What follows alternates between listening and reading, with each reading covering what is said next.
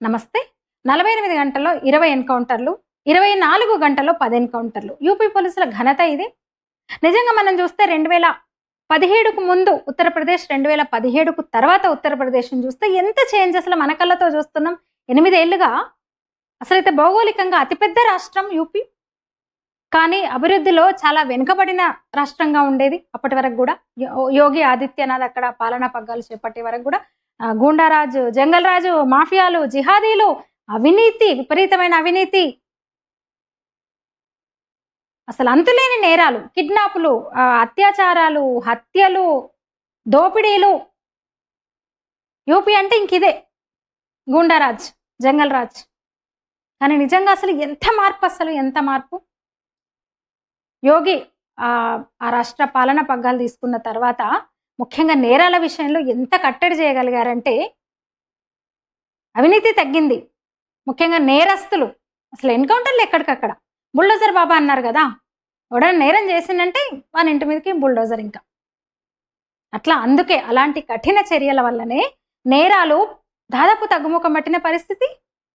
ఒకప్పుడు ఆడవాళ్లే కాదు, మగవాళ్ళు కూడా అర్ధరాత్రి దాటితే బయటకు, రాత్రి దాటితే, అర్ధరాత్రి అక్కర్లేదు, రాత్రి అయితే చాలు బయటకు వెళ్ళడానికి జంకే వాళ్ళు. ఎక్కడ మర్డర్ చేస్తారో, ఎక్కడ దోచుకుంటారో, లేదా ఎక్కడ అమ్మాయిలు అయితే ఎక్కడ కిడ్నాప్ చేస్తారో, ఎక్కడ మానభంగాలు చేస్తారో అని. అలాంటిది అర్ధరాత్రి కూడా అమ్మాయిలు కూడా ఇప్పుడు అక్కడ స్వేచ్ఛగా తిరగగలుగుతున్నారు.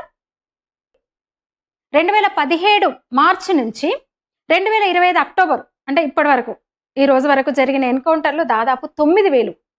ఇంకా ఖచ్చితంగా చెప్పాలంటే 8,899 ఎన్కౌంటర్లు జరిగినాయి. ఇందులో 234 మంది హతమయ్యారు. 9,000 మంది, దాదాపు 9,000 మంది గాయపడ్డారు. 30,000 మందికి పైగానే అరెస్ట్ అయ్యారు నేరస్తులు. అయితే పోలీసులు కూడా ఈ చర్యలో నేరస్తుల మీద ఈ యుద్ధం అనొచ్చు ఒక రకంగా. ప్రభుత్వం నేరాలను కట్టడి చేసే క్రమంలో తీసుకుంటున్న ఈ చర్యలో, ఎన్కౌంటర్లో పోలీసులు కూడా 10 మంది చనిపోయారు. పోలీసులు కూడా 1,600 మందికి పైగా గాయపడ్డారు.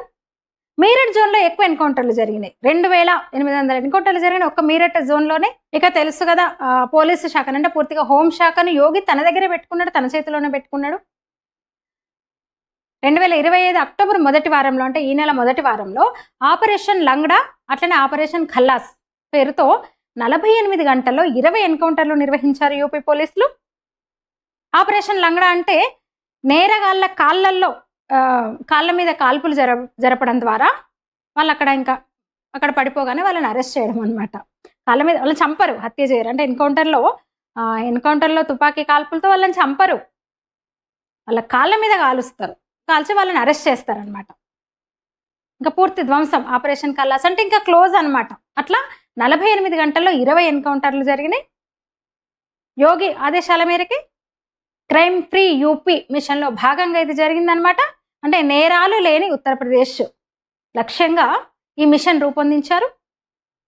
బులంద్ షహర్, షామ్లీ, కాన్పూర్, సహరన్పూర్, లక్నో, బాగ్పట్, ముజఫర్నగర్, గోరఖ్పూర్, మీరట్ ఈ జిల్లాల్లో జరిగినాయి అనమాట. వీళ్ళందరూ కూడా రకరకాల నేరాల్లో, అంటే హత్యలు, అత్యాచారాలు, కిడ్నాప్లు, ఇలాంటి నేరాలు, అంటే రకరకాల నేరాలకు పాల్పడిన క్రిమినల్స్ అనమాట వీళ్ళందరూ కూడా. అయితే గతంలో కూడా, ఇప్పుడేమో 48 గంటలు 20 ఎన్కౌంటర్లు కదా, గతంలో కూడా రికార్డు ఉంది. మేలోనే, ఇదే సంవత్సరం మేలో 24 గంటల్లో 10 ఎన్కౌంటర్లు జరిగినాయి.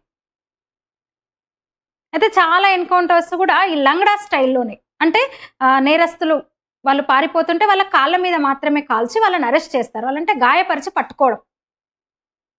అయితే కొన్ని సందర్భాల్లో ఒకరిద్దరు చనిపోయారు. ఆ గోలీ కాలుకి తగిన సరే పడిపోయి చనిపోయిన సందర్భాలు 1-2 సందర్భాల్లో మాత్రం ఉన్నాయి.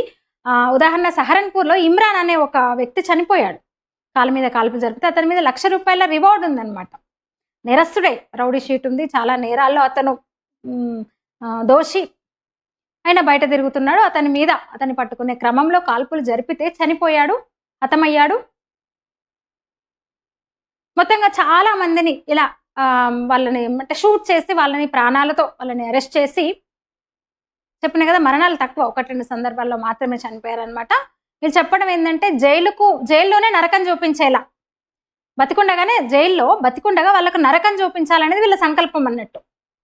తద్వారా నేరస్తుల్లో భయం పెరుగుతుంది. ఇంకా కొత్తగా అంటే కొత్త నేరస్తులు పుట్టుకురారు, నేరం చేయాలంటేనే భయపడతారు అన్న ఉద్దేశంతో నేరాలను పూర్తిగా తగ్గించడానికి, నేరాలే లేని రాష్ట్రంగా యూపీని తీర్చిదిద్దడానికి తీసుకున్న చర్యల్లో భాగంగా ఇదంతా జరుగుతుందన్నమాట ఎన్కౌంటర్స్.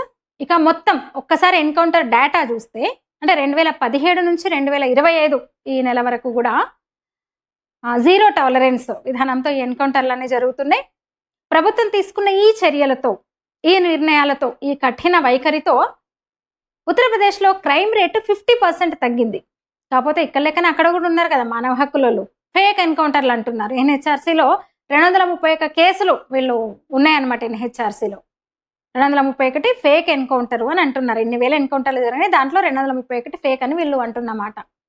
అరే ఇంటికో రౌడీ, వీధికో గ్యాంగ్స్టర్, మాఫియాలు, ఎట్లా ఉంటుంది అసలు గూండారాజు ఒకప్పుడు.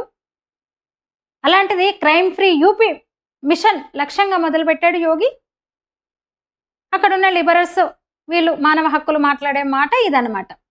వీళ్ళు అంటున్నమాట ఎక్స్ట్రా జుడిషియల్ కిల్లింగ్ ఇది అంటే మీరు పోలీసులు చెప్తున్నారు, లేదు సుప్రీంకోర్టు మార్గదర్శకాలకు అనుగుణంగానే మేము ముందుకెళ్తున్నాము అంటున్నారు. అలా చాలా జిల్లాల్లో ఆగ్రా, వారణాసి, ప్రయాగరాజ్, ముజఫర్ నగర్ లాంటి జిల్లాల్లో కూడా ఉన్నారు నేరస్తులు. ఎక్కడెక్కడ ఏరివేస్తున్నారు, ఏరివేశారు. బుల్డోజర్తో మొదలైంది, బుల్డోజర్ యాక్షన్తో మొదలైంది. ఎన్కౌంటర్లు అయితే ఇంకా దూకుడుగా అనమాట. ఫలితం కనిపిస్తుంది యూపీలో. నిజంగా ఇప్పుడు గూండారాజు అనడానికి ఎవరికి మనసొప్పదు, అక్కడ జంగల్ రాజు అనడానికి ఎవరికి మనసొప్పదు. నేరాలు చాలా తగ్గుముఖం పట్టినాయి. 50% పైగా నేరాలు తగ్గుముఖం పట్టినాయి.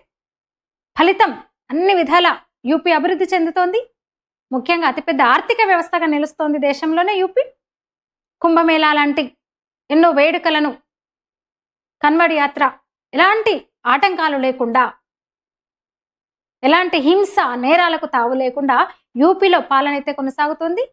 నిజంగా అంటే యోగి లాంటి ముఖ్యమంత్రి ఉన్నాడు కాబట్టే, కఠిన నిర్ణయాలతో నిజంగా ప్రజా సంక్షేమమే, రాష్ట్ర అభివృద్ధి ధ్యేయంగా ఆలోచించే ముఖ్యమంత్రి అక్కడ ఉన్నాడు కాబట్టి ఇదంతా సాధ్యమవుతుంది. కాదంటారా? మీరేమంటారు? ఈ వీడియో మీద మీ అభిప్రాయం తెలియజేయండి, లైక్ చేయండి, షేర్ చేయండి, ఛానల్ని సబ్స్క్రైబ్ చేయండి. ధన్యవాదాలు.